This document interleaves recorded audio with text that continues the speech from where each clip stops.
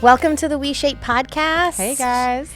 I always want to say what episode and season, but I think we all know me by now that I don't know. Episode. I just wake up and look at the calendar and just execute. You gotta show up. I don't keep track of time, to be honest with you. Probably the best. One of my worst and most challenging traits about myself. So how are you guys doing? Good. Really good, actually. I had a pastry for breakfast, so I'm loving life today. I'm sleepy. Oh. Yeah, rest Yeah. is so important. Our little one keeps waking us up all night long, and now she's got a cough, and we're like, oh. So She just wants to Yeah, hang it out is with what you it guys. is, She just you know? misses Yeah. you. I mean, Yeah. it's an important reminder, though, that, like, I think we get into patterns of, like, oh, it's okay, I didn't sleep for a couple nights, and then that turns into a couple weeks, and then it's, like, sleep Couple hygiene. years. Your children are 10 and 5. I know. It's been 10 years. But I think that I think we overcomplicate these health things sometimes in the sense of, like, oh, I need to do all these crazy things. And it's like, well, really, like, in my opinion, sleep is probably the top. And then, like, drink some water and, like, move your body and get a vitamin once in a while. Like, it really kind of, I think, comes down to you're looking at me because I know you do all this crazy health stuff. But, like, I think that I think people get overwhelmed with the idea that it has to be so crazy. Sleep is the bare minimum. And I'm saying, like, just get back to the basics a little bit. no, I agree, and I think it's really easy to be tired and start looking at your life through such a negative lens. And you're just like, this is this, and this is that, and this is that. And then you're like, wait a second, I just need a good night's I just sleep. need a nap. I just need a good night's sleep. I don't you ever know? do that, so I'm not exactly sure what you're talking about. I'm basically talking about you. So. One of my favorite things I've heard people share is, like, if you hate everyone around you, you're probably hungry. And if you hate yourself, you're probably tired. And I feel like that's been really true for me. Like, I'm like, everything sucks. And I'm like, oh, I am really exhausted. Yeah. No, Like, Tyler does this thing where he'll like gently come in and be like, ooh, getting pretty grouchy. And I'm like, you don't know me. You're not my guru. Don't tell me what to do. And then I'm like, damn it, I'm exhausted. And he's totally right. So he had that talk with me this morning. Appreciate you. Been but talking with you about it for a month. I know. Takes what it takes. Well, That's all right. yeah, I mean, it's hard. Rest is really important, though. But I try to remind myself, like, I never regret the feeling that I get when I go to bed early and I feel rested, right? So, like, my kids haven't been sleeping the last couple weeks due to coughs or being children or whatever. And I have actually told myself, like, you're actually going to take a bath and then you're going to go to bed and you're not going to get any TV time. And at first I was really, like, rebellious about that concept. And so I've been getting in bed at, like, 8:30. And I haven't been watching TV the last couple weeks. But I never regret it. It's one of those things. You know what I mean? It's like, oh, I don't really want to do a workout today. And then I move my body. And then I'm like, okay, I'm glad that I made that choice. So I don't know. Self-care to me is the number one thing you can do. In summary, if you're grumpy, are you hungry? Are you tired? Think about it. It doesn't have to be everything outside of you. Maybe it's something you just need to take care of yourself a I'm little just more, annoyed so. because, like, why do I need, like, 10 hours of sleep? That feels like too much. I think it's important to know yourself, right? Like, it's like everybody's Taurus. different. Nina's like, there's an astrology reason for this. No, Astrologically you need speaking. like 9+ hours, you know? I do. need like 7. And I you don't know? want to admit We're all that. How different, much do so. you need? My sleeping habits, you guys. Oh, you know yeah, I we do can't like even a go whole there. thing. Can't Oh even my go God. there. The other week I called Nina and she was like, oh my God, hello. And it was 7:35. Yeah. And she's like, is there an emergency? And I'm like, what are you talking about, girl? She's like, well, I was sleeping and it's the middle of the night. I'm like, it's 7:30. She goes, oops, sorry. That was just my evening nap. I have like a napetizer. Is this prior to every sleep. night? Yeah. Okay. So what time do you go to sleep? So last night I went to bed like around 8 o'clock and I probably slept until 11. And then Stop, I Nina. woke up for a couple hours and like kind of messed around on my, whatever. Until like 1 a.m? And then I slept until 5 a.m. Oh my God, you're actually, I don't know what I'm talking about. You are ready to have a child. This is like prime infant schedule. Perfect. Let's do it. It gives me debilitating anxiety, but I'm happy for you. It works. Yeah. Do what works for you. Yeah. There we go. That's the lesson here.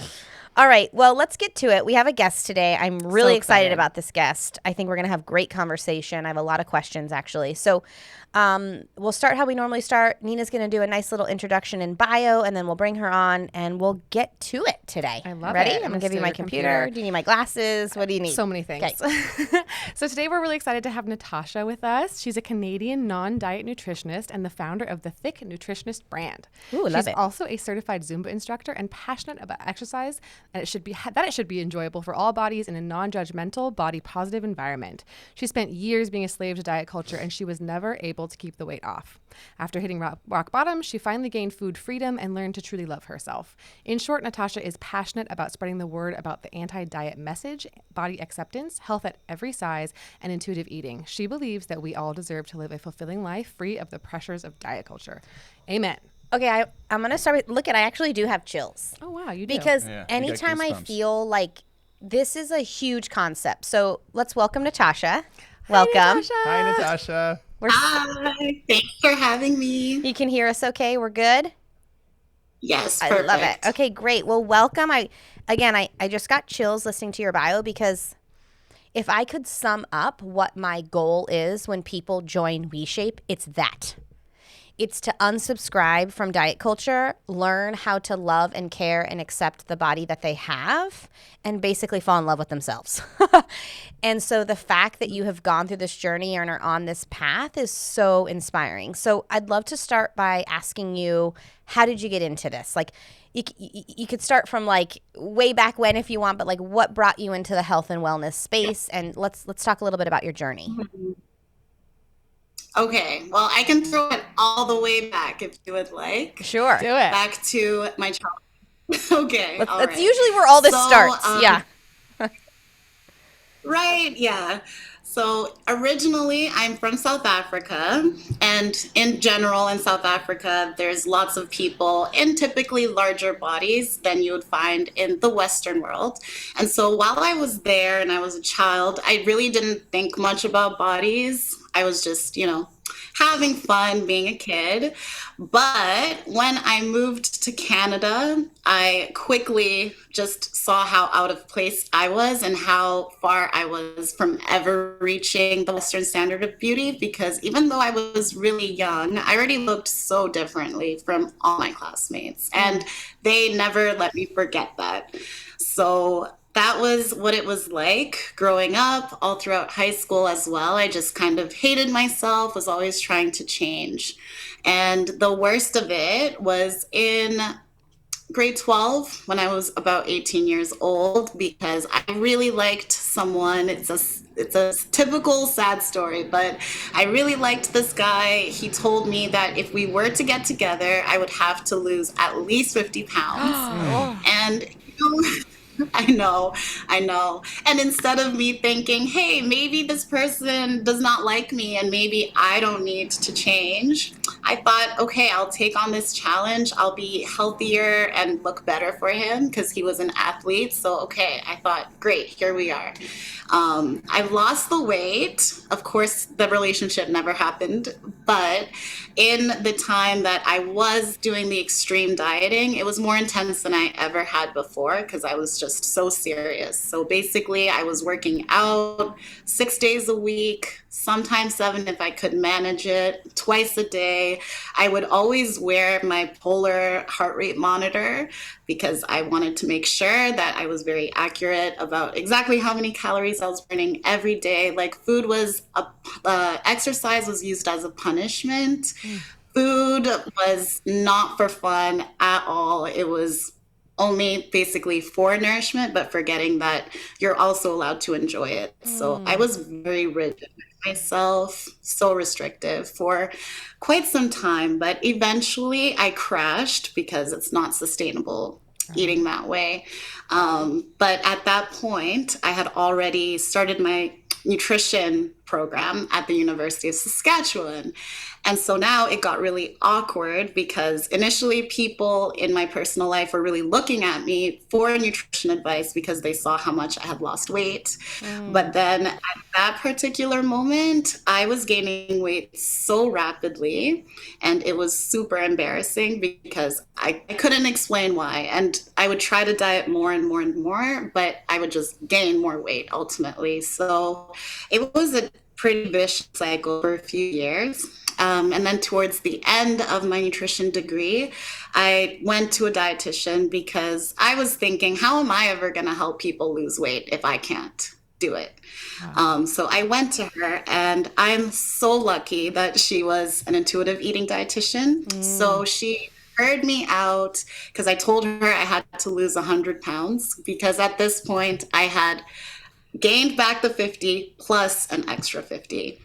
And yeah, she let me know I can definitely help you with living a healthier lifestyle that you actually enjoy, but without doing all the restrictions that you think that you have to do. So if you're open to it, I can introduce you to something called intuitive eating. And honestly, at that point, I was at rock bottom. So I just went along with it and I was willing to try it out. And that's actually how I got the ThicK Nutritionist Instagram handle, because I was just learning about it and I wanted to share with everyone because I was just mind blown by the fact that I had never heard of it before. And so with time, I learned and learned more and practicing it for a year now. And I started helping other people. And so, yeah, it's been very fulfilling and just such a crazy journey, starting from thinking I was going to help people lose weight to advocating about how you don't need to focus on weight to be healthy. I mean, that. I gotta What a say, story. two important things came up when you were sharing. One, which I think is incredibly important for us to remember, we are not born with the idea that we need to look a certain way. Yeah. Right? You explained that you were in a culture that valued larger bodies, and then you came to a culture that didn't. That you were not born with that. And so it's kind of like, it's a good reminder that these values that we hold are trained. They're made And they are made up. So let's start there. And then the second thing that you said that was critical is you were curious and open to trying something else that better served you physically, psychologically, and emotionally. And so that is the main takeaways that I took, is that I always tell people we're not going to change anything overnight. We're going to crack the door to curiosity and we're going to question the way we've done things, right? And if we've done it that way and we're still not happy, then it's okay to try a different way. And so I love that you said that, but such a good reminder that we are not born with these belief systems. These belief systems are trained. And so I'm sorry that you had to go through all of the things that you had to go through, because a lot of that sounds traumatic. I'm also happy that you're using that for good and that you're giving people permission to think about this in a different way. And one of the, when we started WeShape and a lot of people were like, oh, you're not gonna be able to sell a fitness product with this mentality. And I was like, oh no, I was really having a lot of self-doubt. It was like when I would go to people and say, actually, we're focusing on movement and connection with self, and we're actually asking people to recycle their scales. People were like, wait, you can do that? I can have permission to do that? It was like, oh, okay, yeah, we're on the right path. Like, people are ready for this. I think we're all really exhausted, and I think we're ready to take care of ourselves in a different way. Yes, amen. I totally agree with everything you said. So tell me a little bit about oh man, I don't know where do you want to go with? I can tell Lena wants to go somewhere. I just had something I was going to say, which is like, I love the term intuitive eating, because we're like, I feel like the reaction that I have, the knee-jerk reaction I have to that word, I'm on that journey right now for myself, but it's a newer journey, right? It's in this last year. I'm like, oh my gosh, like how hysterical is it that intuitive eating, which actually comes from self, is like so foreign and distant to me that feels like a really crazy thing to do. To like not trust your body and your hunger cues. Like that feels the most like weird and alien to me, which is like really kind of a funny thought, because your body has natural hunger cues. Like it's designed to help you nourish yourself. And we're like, no, that's crazy. Like don't do that. Like follow this system, follow this plan, count these points, count these calories, do these things. And like to feel like that's an alien outside thing is kind of almost kind of a funny thing. Well, it was funny when we used to sell actually like nutrition related products in a way, and then when we started WeShape, we were like, we have to have the nutrition component, and we actually built something. The poor engineering team, I was like, we have to scrap that.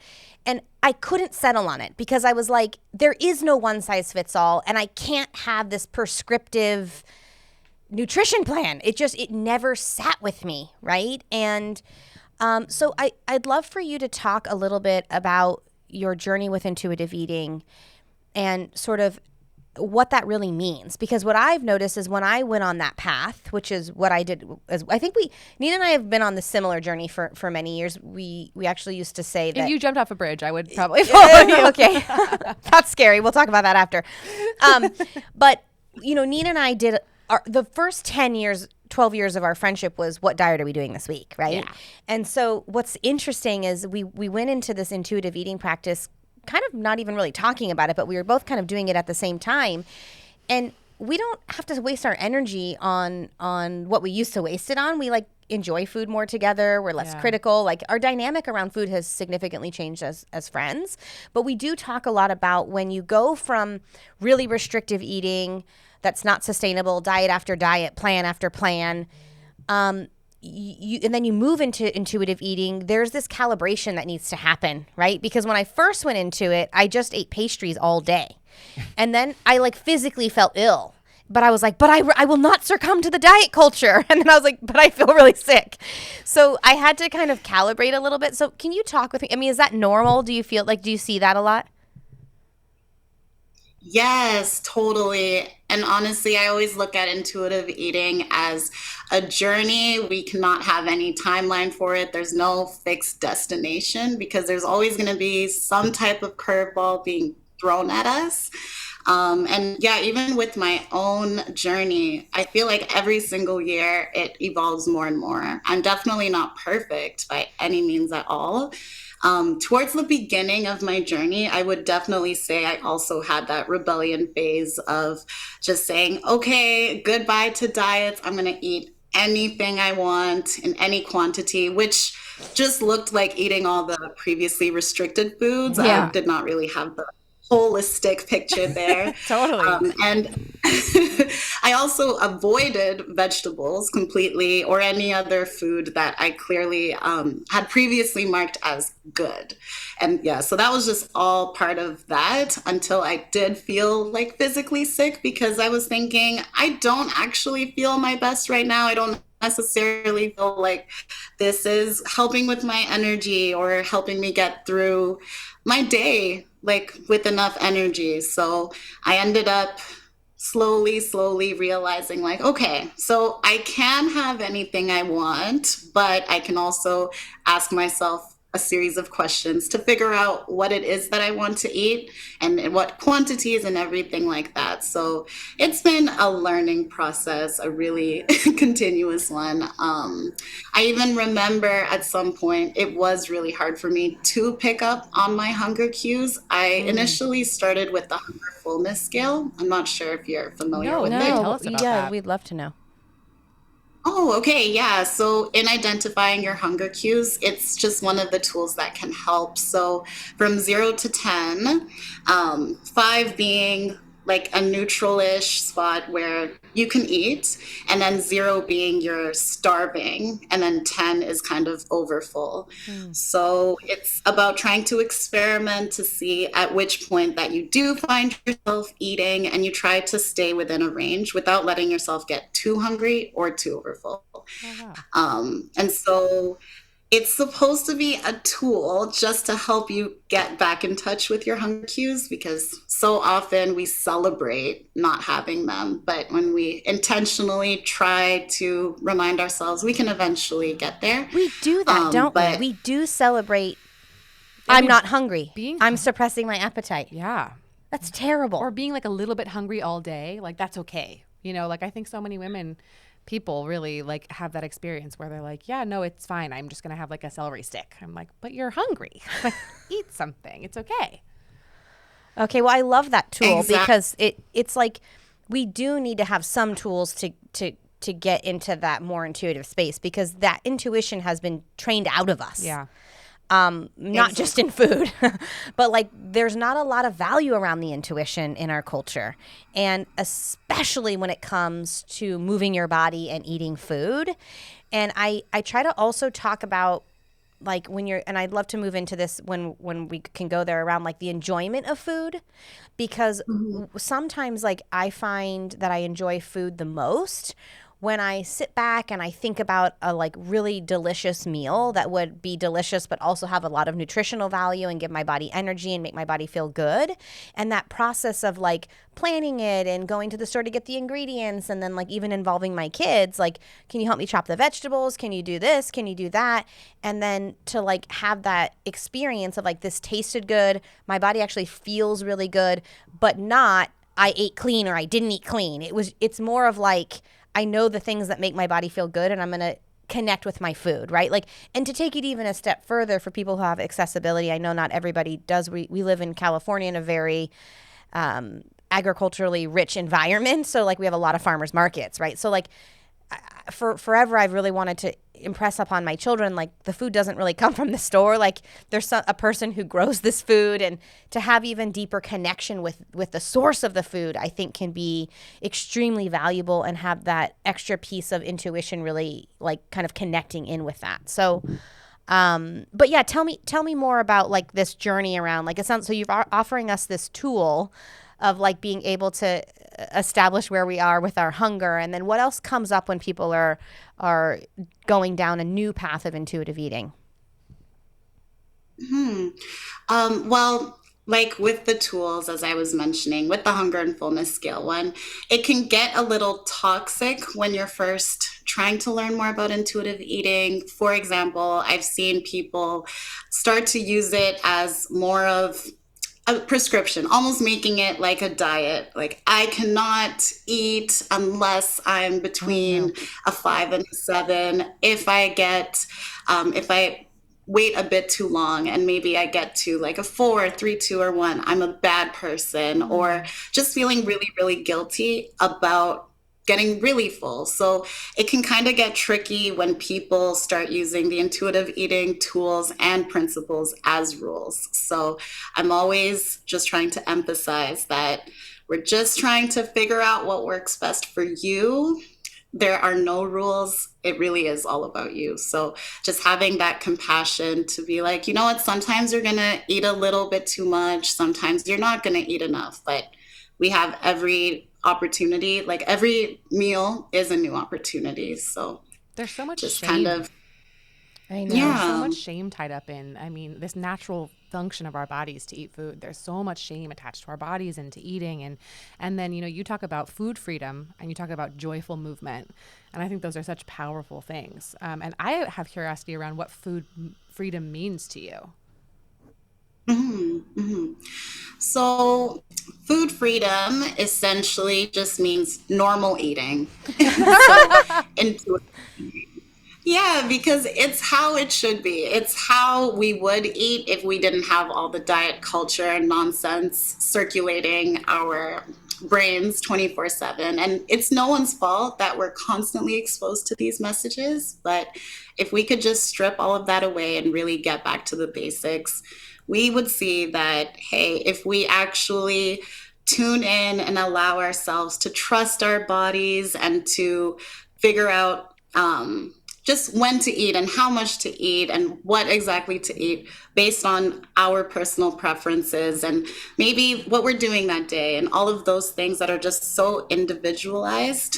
I really just like focusing on food freedom in that way, about saying goodbye to anything external and just knowing there's no rules. It's just about enjoying yourself to the fullest and being able to have that enjoyable lifestyle that you want, even if you're eating foods that you consider bad.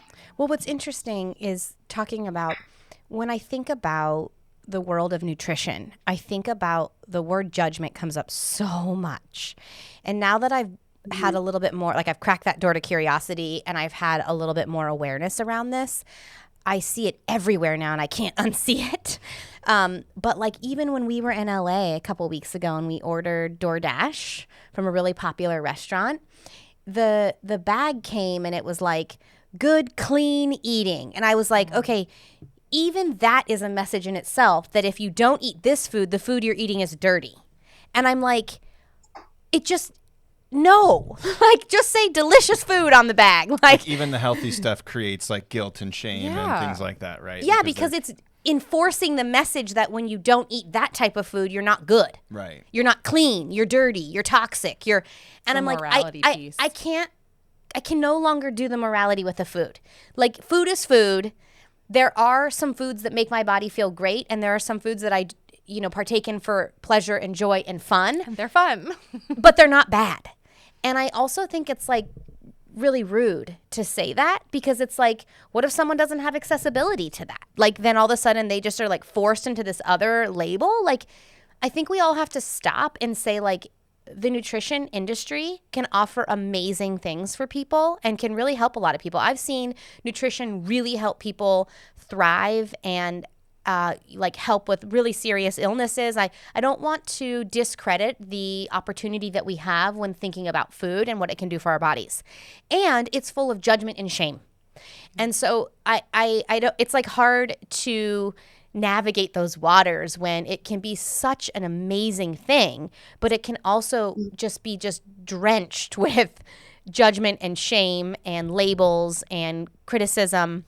And that's what I mean, like, looking at that bag that came from DoorDash, I was like, it wasn't like they were saying anything quote unquote bad, but it was like they were implying that anything outside of this style of eating was not okay. And I was like, I just don't feel available for this. Just give me the damn salad. Let me enjoy it. And like, let's not put all this other marketing shit on top of it. Like, I'm over it. How do you tackle that with people? I mean, we touched on these two aspects, which is like, one is this dark night of the soul. You give yourself permission to eat whatever you want, and you swing the other way, and you're still ignoring your body. You're not really listening. You're just going off of cravings because you deprived yourself from so long. And the other thing you mentioned, which I absolutely love, is just how people just tend to make rules around everything. And they use this framework to then, again, find ways to judge themselves and punish themselves, right? And ultimately, underneath this all is just a lack of self-acceptance and a lack of self-appreciation. So how do you take someone from showing up, and then they're interested, they're curious, but then you watch them just stuck in the shame and the judgment and the all this stuff? How do you start building those tools? Like, the hunger tool is a good one, but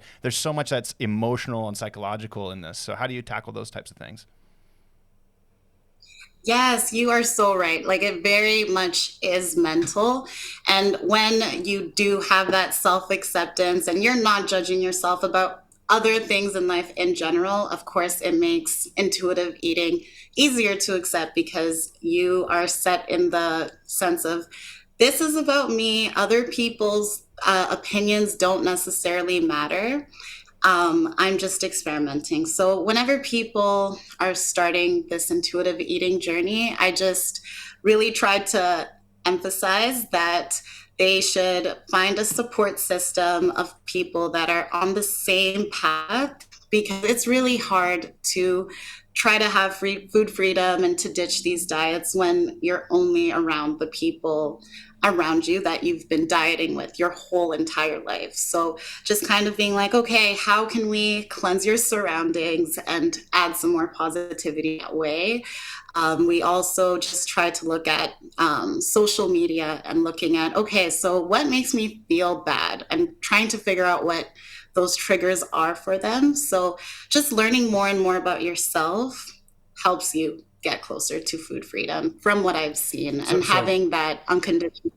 Yeah. So finding the things in your life that are currently keeping you stuck in that self-judgment and that criticism of self, right? Like, look in your life and say, okay, who's here to support me through this? Who's here who's going to suck me back into feeling this way? What am I looking at on a daily basis that's going to support me? What am I looking at that's going to suck me back into feeling this way about myself? Is that kind of what you're saying?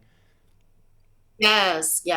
That is exactly what I'm saying. And also, yeah. So also, Natasha, do you feel like there's also just this process of acceptance of the journey?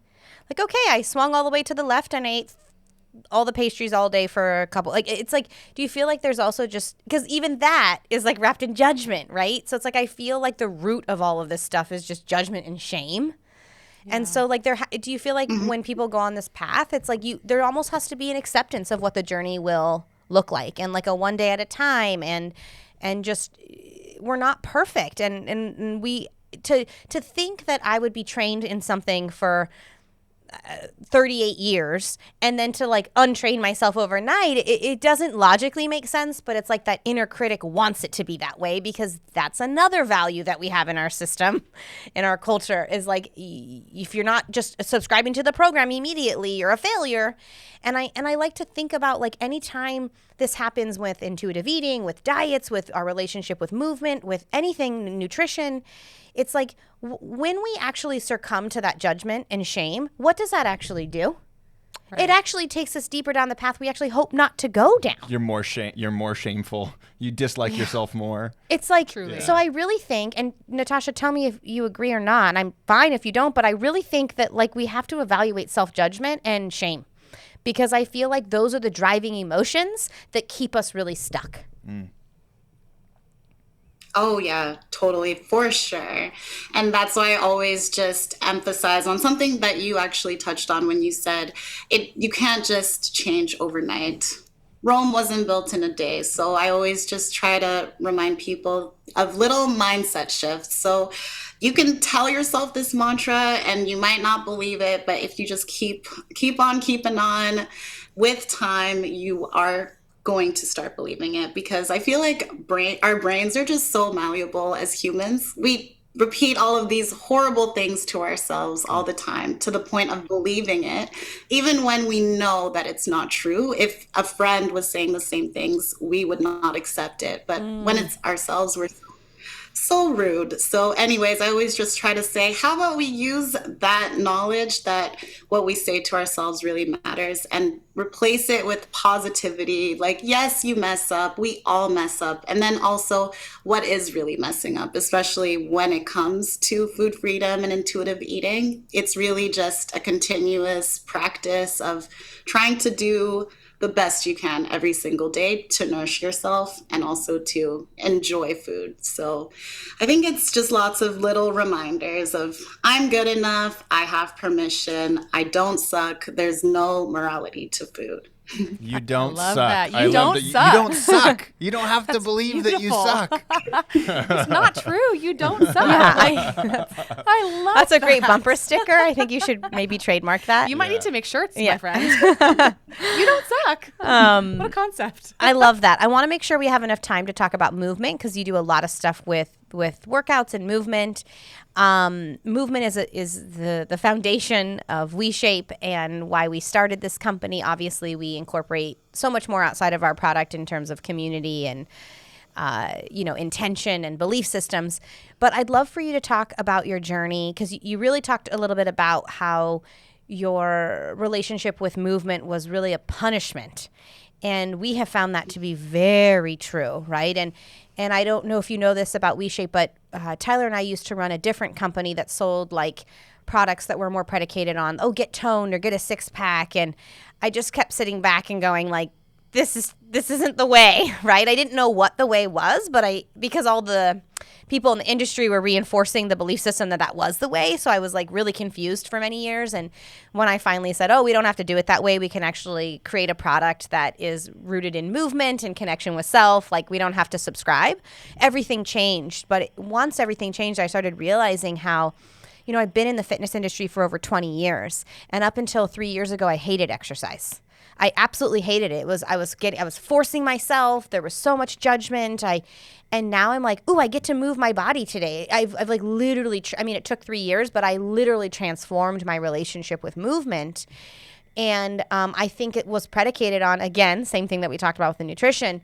It wasn't punishment. It wasn't judgment. It wasn't my inner critic leading in the driver's seat. It's like, I was even telling a friend last night, like she was calling me because her inner critic was really dialed up. And I said, look, I don't think we should try to get the inner critic out of the car, but I think we should get the inner critic in the passenger seat, right? Like, I think anytime we really try to remove it, it just wants to get louder. So it's like, acknowledge it. Thank you for trying to keep me safe. You're here. I get it. But I'm actually going to keep my true, authentic, rooted self in the driver's seat, and you can be in the passenger seat, and I'll be doing the driving. So tell me a little bit about your relationship with movement and working out and where you were and where you are today. Okay, yeah, sure. So interestingly enough, when I was really young, before I got too overcritical of myself. I enjoyed figure skating and gymnastics and even ballet. But at that time, I did not have an easy time finding outfits that were actually like appropriate for those activities. So in a way, it seemed like bigger bodies were pushed out from those sports. So that kind of was hard for me to deal with. And then also the fact that people were making fun of me. So I came to a point of thinking, I don't want to be a whale on ice. And so previously to, I don't know, being in high school, I really tried to just have fun with movement, but it ended up feeling not accessible to me. So for several years, I would only exercise in ways that I absolutely hated. And like I said, it got really extreme towards the end. I always considered any movement I actually enjoyed, like dancing, to be irrelevant, or things like yoga, I thought were just pointless. Yeah, I thought if you're moving, you have to maximize the calories burned. So it was really just all about no pain, no gain, go to the max, or again, you suck. And I kind of got to the point of, even if I was injured, I would still push through. And it was really, really bad until I finally just totally gave up on exercise altogether for some time. And then when I went to that dietitian towards the end of university, she's actually the person that asked me, hey, so when is the last time you remember moving your body and not worrying about what it looks like or any of those things, not worrying about calories burned? And I realized it had always been dancing and doing things like Zumba, even though I never thought it counted. And so she kind of challenged those beliefs that I had about what counts as movement. And she encouraged me to join a Zumba class at the local gym. And I'm so happy that I took that advice, because when I went, it actually happened to be a Zumba instructor that I really connected with, because she was actually in a larger body, not quite like a plus size fat body, but she wasn't thin. So that was really cool for me to see, because I had never seen anyone working in fitness that was in a body like hers. And then also the music she played was very much up my alley, which I had never expected to happen, because I lived in Saskatchewan, which is not necessarily the most diverse place ever. So that was just amazing. And I only told myself to go once a week if I was feeling good about it. And it quickly ended up being like 2 or 3 times a week, just because of how much fun I was having. And it never felt like torturous. It was always something I looked forward to. And the more I did it, I realized, hey, this is what it's supposed to be like. I cannot believe I ever forced myself to move in ways that I hated. And so the more I did that, the more I realized, hey, I also want to be able to inspire people the way that she's inspired me. So how about I become a Zumba instructor as well, which was really exciting. And she was there to hold my hand on every step of the journey. So that's how I eventually became a Zumba instructor, and then started just sharing my love for music and for dancing in that way. You're pointing out something beautiful. so powerful, and this is something I see a lot of people go through, is when we're children and we're younger, we just love moving our bodies. We love monkey bars and dancing and playing and just running, like, all this fun stuff. And then in almost everyone's lives, that relationship changes. And the way I like to think about it is this: it goes from movement to exercise, right? It's either exercise to facilitate us getting better at our sports, because that's what we're taught is important to us, or exercise because that's what we're supposed to do so that we can look a certain way, right? And then we start developing this negative relationship with it, and the barometer then becomes, how much did you pump your muscles and how many calories did you burn, right? And ultimately, at the end of the day, one of the things that I've discovered, having been injured in the past and rehabilitating that, and that's really why our product is so movement centric at the end of the day, is like, I want people to connect with their bodies, how they feel, how they feel when they're moving a certain way. Because if you can start to connect with your body like that, you start to appreciate what your body can do. And you start to recognize, wait, if I do this one thing, I can feel a lot better in 1 minute right now. You know, if I do this stretch, or if I do this move, or if I dance for 5 minutes while I'm doing the dishes or whatever it may be. So I think it's so beautiful that you bring that up, because so many people get stuck in that